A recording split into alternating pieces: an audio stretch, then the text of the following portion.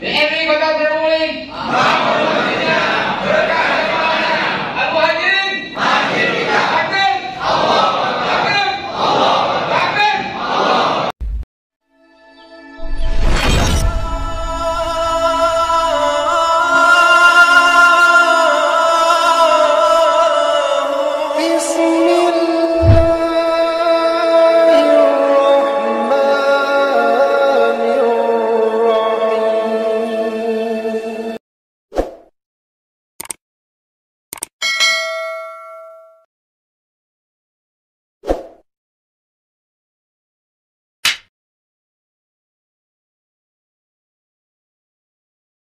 Sambutan Ketua Takmir Masjid Al-Muhajirin dalam hal ini akan disampaikan langsung oleh Bapak Haji Muhammad Daud Kasih, Sarjana Sosial. Sambutan Ketua DPRD Kota Probolinggo Bapak Haji Ismail Hasan. Keempat, tausiah agama oleh Ustaz Sugiarto, Sarjana Kesehatan Masyarakat. Terakhir, doa. Dalam hal ini akan sekali berbanyak Muhammad Bapak Haji Najamuddin Said, Sarjana Agama. Assalamualaikum warahmatullahi wabarakatuh.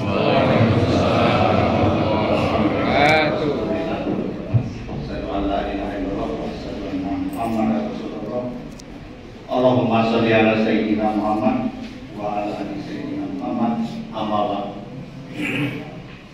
Marilah kita senantiasa bersyukur.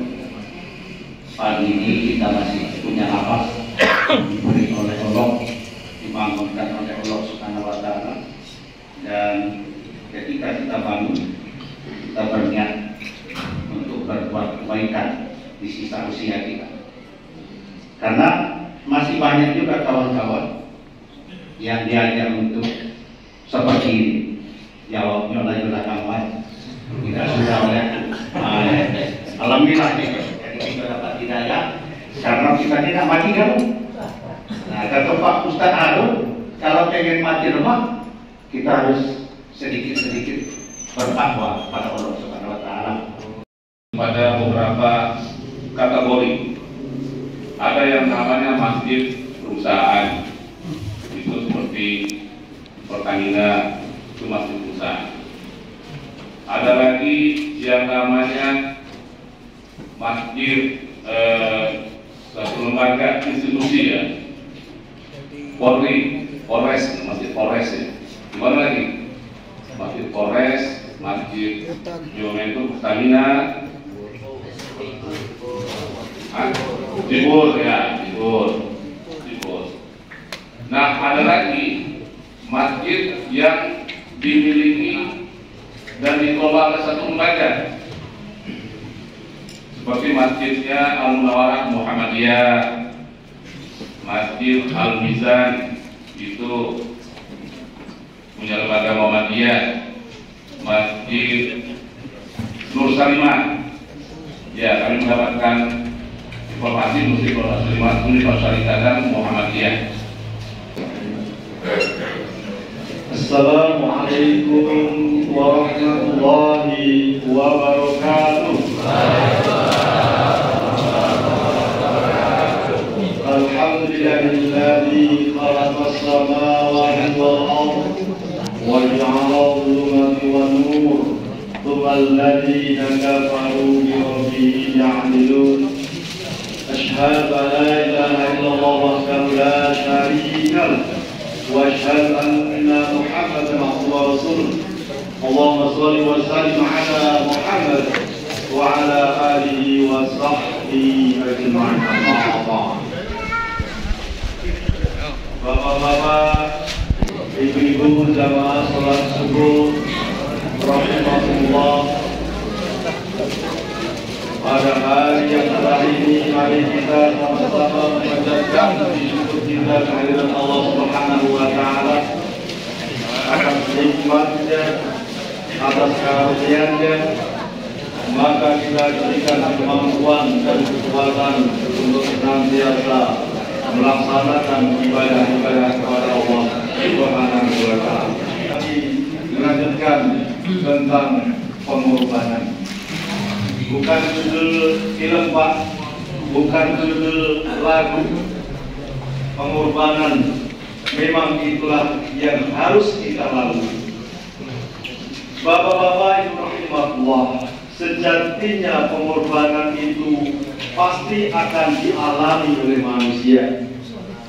Sejak manusia pertama sampai nanti manusia terakhir, kalau dia mengaku orang mukmin, maka pasti dia akan melakukan pengorbanan. Nabi Adam alaihissalam diperintahkan oleh Allah agar menguji anak-anaknya siapa yang betul-betul beriman. Maka diujilah anak-anaknya dengan sebuah pengorbanan, yaitu anaknya Habil dan Qabil, untuk mengetahui siapa yang betul-betul beriman. Nabi Nuh alaihissalam diuji oleh Allah dengan pengorbanan yang luar biasa. 950 tahun berdakwah siang malam, hanya 12 pasang pengikut Nabi Nuh alaihissalam. 950 tahun tetap tegar dalam dakwah. Diuji oleh Allah kesabaran. Ibunda Nabi Musa alaihissalam diperintahkan oleh Allah dengan ujian yang luar biasa untuk mengorbankan anaknya, yaitu Nabi Musa alaihissalam yang masih kecil, untuk dihanyutkan di dalam sungai Nil agar selamat dari pembunuhan dari Raja Fir'aun.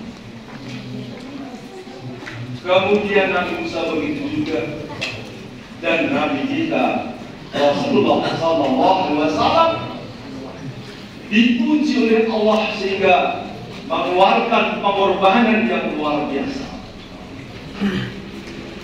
Maka sebelum kisah bagaimana pengorbanan Rasulullah SAW dan para sahabat, pada subuh hari ini mari kita mengenang kembali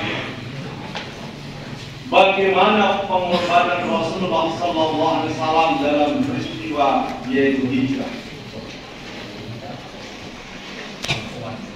Pada saat itu kaum muslimin di kota Mekah begitu banyak tekanan, ujian, bahkan pembunuhan dan penyiksaan oleh kaum kafir Quraisy, sehingga Rasulullah memerintahkan agar seluruh orang-orang yang sudah masuk Islam untuk hijrah ke kota Madinah. Dan apa yang dilakukan oleh kaum muslimin saat itu atas perintah Rasulullah untuk berhijrah? Mengorbankan seluruh apa yang dia cintai. Keluarga yang masih kafir dia tinggalkan, harta yang dia tumpuk dia tinggalkan, keluarga yang masih kafir dia tinggalkan, dan kota yang dia cintai, kota Mekah dia tinggalkan, menuju kota Madinah. Mengorbankan apapun yang dia cintai karena untuk menyelamatkan akidah keimanan kepada Allah Subhanahu wa Ta'ala. Apapun yang dicintai ditinggalkan. Pengorbanan yang luar biasa. Satu kisah yang luar biasa bagi sekali. Saat kaum muslimin sudah hijrah semuanya ke kota Madinah, maka yang berangkat terakhir adalah Rasulullah Sallallahu Alaihi Wasallam dan sahabat yang mulia Abu Bakar As-Siddiq radhiyallahu anhu. Berangkatlah berdua ini untuk menuju kota Madinah. Dan ternyata kaum kafir mengetahui perjalanan Nabi Muhammad dan Abu Bakar. Dikejarlah Nabi Muhammad dan Abu Bakar As-Siddiq, sehingga dalam perjalanan mereka berdua bersembunyi di dalam sebuah gua yang kita sudah tahu semua, yaitu gua Nur. Sebelum Rasulullah masuk ke dalam gua itu, maka Abu Bakar memasuki gua itu untuk memastikan bahwa gua itu selamat, gua itu aman, gua itu tidak ada halangan. Maka ditutuplah semula seluruh lubang-lubang yang ada di gua itu, agar tidak ada binatang yang mengganggu Rasulullah SAW. Semua lubang di gua ditutup semua oleh Abu Bakar. Setelah dirasakan aman, maka Rasulullah dipersilahkan oleh Abu Bakar memasuki buah toli. Setelah mereka berdua masuk, saking lelahnya karena perjalanan yang luar biasa, Rasulullah tertidur di pangkuan Abu Bakar As-Siddiq. Saat Rasulullah tertidur di pangkuan Abu Bakar As-Siddiq, ternyata masih ada satu lubang yang belum tertutup oleh Abu Bakar. Dan dari lubang itu muncul binatang berbisa. Ada ulama yang mengatakan binatang itu ular, ada yang mengatakan binatang itu ular. Apapun binatang itu yang jelas binatang itu berbisa. Maka keluarlah kepala ular itu dalam lubang itu. Melihat itu maka dengan hati-hati kaki Abu Bakar menutup lubang ini agar ular tadi tidak muncul ke dalam permukaan. Dan ternyata ular tadi menggigit kaki Abu Bakar As-Siddiq. Begitu sakitnya. Namun Abu Bakar As-Siddiq menahan sakit karena racun sudah masuk tubuhnya, menggigit. Dia tidak mau berteriak sedikit pun, dia tidak mengeluarkan kata sepatah kata pun, karena dia takut sahabatnya yang mulia, nabinya yang mulia terganggu dari bangun tidur. Dia tidak mau Rasulullah terbangun karena cerita. Maka dia tahan sakitnya itu. Dia tahan sakitnya, mengorbankan dirinya agar Rasulullah tidak bangun karena kesakitan. Namun lama-lama tidak tahan juga Abu Bakar. Akhirnya meneteslah air mata Abu Bakar menahan sakit, menetes jatuh persis ke muka Rasulullah SAW.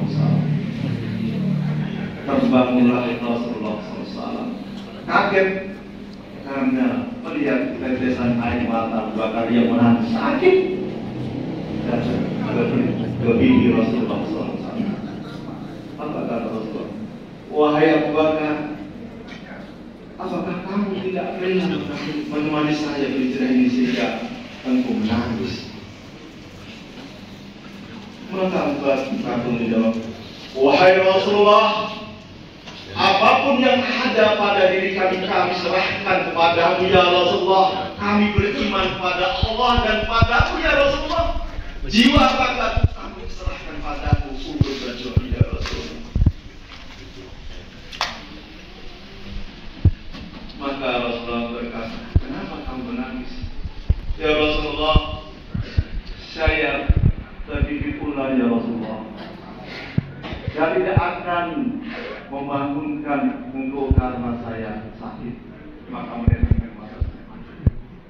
Maka saat itulah sekalian Rasulullah akhirnya meniupkan, meludahi bekas gigitan rasa di ludahi Rasulullah dan sembuh seketika luka Bakar As-Siddiq. Seorang baik pasti akan diuji. Ujian yang paling berat seorang manusia setelah Nabi dan Rasul adalah para dai. Maka kalau ada dai yang mudah mengeluh, artinya itu imannya masih kita masih cengeng. Imannya masih cengeng. Ini kami lihat Pak, kami DMI ada keluar dari kami. Ustaz, kenapa kami tempatkan khotib di tempat yang jauh? Ya Allah, ya Rabbi. Rabu mulai Pak sejam mana tidak kami 1 jam. Ditempatkan oleh DMI untuk khotib di tempat yang jauh mengeluh. Khotib di tempat yang kemudian dibuka uploadnya cuma sedikit mengeluh. Ya Allah, ya Rabbi. Gitu Pak, ini nyata Pak, karena Pak Isma tadi sudah buka-buka, saya buka juga sih. Ada kata mengeluh, kenapa di sana kami cuma dapat sekitar berapa ya Allah.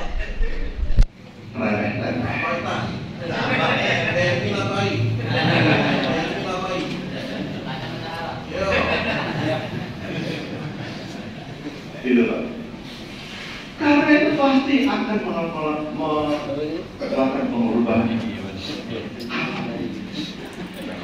Semakin tinggi cita-cita kita, maka pengorbanan akan semakin besar kita kuatkan. Ingin jadi wali kota, dia harus mengeluarkan modal. Ingin jadi gubernur, lebih besar lagi pengorbanan yang harus dia keluarkan. Menjadi presiden, lebih besar lagi modal yang harus kita keluarkan. Semakin tinggi cita-cita, maka ujian akan semakin berat, dan begitu juga pengorbanan akan semakin besar. Anak SD Pak, untuk lulus naik SMP maka harus diuji dulu. Untuk diuji maka dia harus berkorban, belajar dan sebagainya. Masuk SMP, ini lulus SMP, maka dia akan lulus SMA, diuji juga. Dia harus berkorban. Masuk SMA, begitu seterusnya. Semakin tinggi cita-citanya, semakin meningkat derajatnya, maka ujian akan semakin berat. Maka pengorbanannya pun akan semakin besar. Maka salah kalau anak SMP ingin lulus diuji minta soal SD. Seorang mahasiswa agar lulus di wisuda minta diuji dengan soal SMP. Tidak yes, kata Bapak Wali. Tidak yes. Maka Bapak sekalian, kalau kita ingin menjadi orang beriman, maka kita meningkatkan pengorbanan. Dan ternyata di dalam ayat yang lain dikatakan, apakah mengira kamu masuk surga sedangkan kamu belum diuji?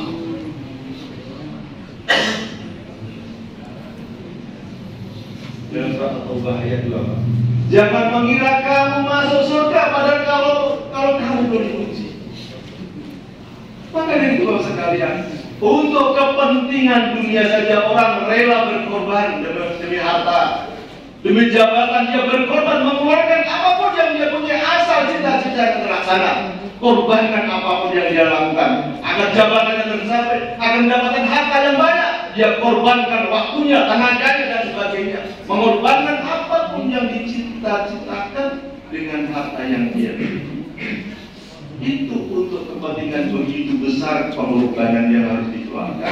Namun ternyata untuk cita-cita yang paling tinggi kehidupan surga, manusia malas untuk berkorban.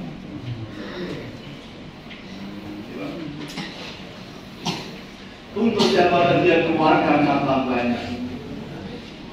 Padahal harta itu Pak, jabatan itu Pak, sementara kita tinggalkan. Kata Pak Jabatan, apapun yang akan kita tinggalkan.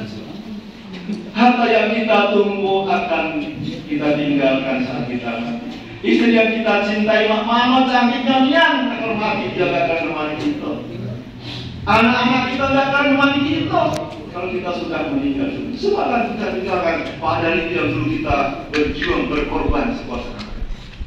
Waktu sudah datang pada waktu dan mungkin Bapak ada undangan, maka kami batasi dulu proses kita pada hari ini. Mudah-mudahan kita sambung pada edisi yang lain. Mohon maaf para guru kami, para bapak sekalian, seandainya apa yang kami sampaikan kurang berkenan, ada kata-kata yang salah, kami mohon maaf. Inilah keterbatasan kami tadi dan mohon maaf. Assalamualaikum warahmatullahi wabarakatuh. Waalaikumsalam. Dewan Masjid Indonesia bersatu berupaya wujudkan cita mulia, tingkatkan kualitas iman, ilmu, amanah,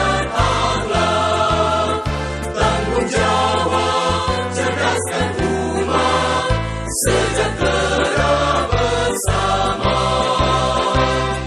Jadikan masjid pusat pembina umat, eratkan persatuan bangsa. Masjid kokoh